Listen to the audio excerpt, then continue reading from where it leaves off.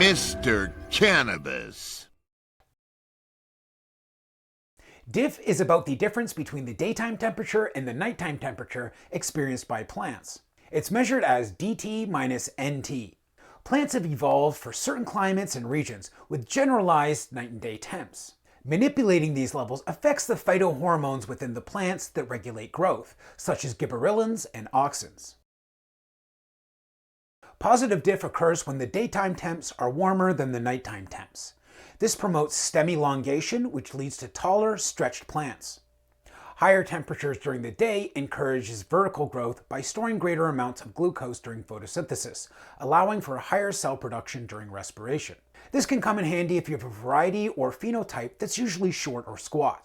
While you don't want lanky, thin plants, nodes that are too tight together can affect airflow and light penetration, which is generally only an issue indoors. Outdoors, you may want more height to quickly grow out of potential shadows or into better airflow.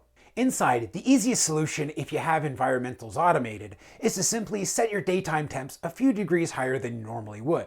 However, if it's the warm season and you rely solely on air exchange for cooling, then your temps may already be maxed out. So you can try lowering your night temps with increased air exchange to increase the DIF. Of course, if you have an AC, that would be easier and ideal. However, the actual amount of DIF to use depends on the variety you're growing. Now outside, you can try and build a simple greenhouse to help trap and raise the temperature immediately around your plants. Just make sure it doesn't have too little airflow, as even though higher humidity can cause plants to stretch as well, as I mentioned, it can also contribute to lowered transpiration rates, as well as making a more suitable environment for pathogens to take hold.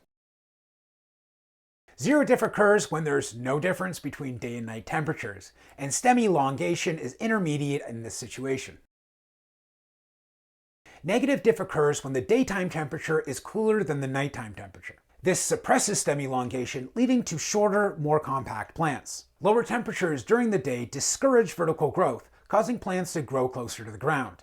This is advantageous for any lanky varieties or if you have severe height restrictions. Of course, it would be a much better method to simply increase night temps rather than decrease day temps. Of course, as we talked about in the last section, that would limit photosynthetic and metabolic activity and transpiration rates, further decreasing the size of the plants. And again, all of this depends on your setup conditions and varieties you're growing. So plant stem elongation increases as DIF increases. By manipulating production air temperatures, you can control your plant height without relying on synthetic growth regulators, as you're manipulating the naturally occurring ones within the plant. This can deliver an immediate savings in money, time, and chemical use, helping with sustainability. For hobby growers that have height limits, either from a greenhouse roof or a safe distance from a grow light, this keeps plants at a manageable vertical height. However, there is also a more specialized way to influence stem elongation.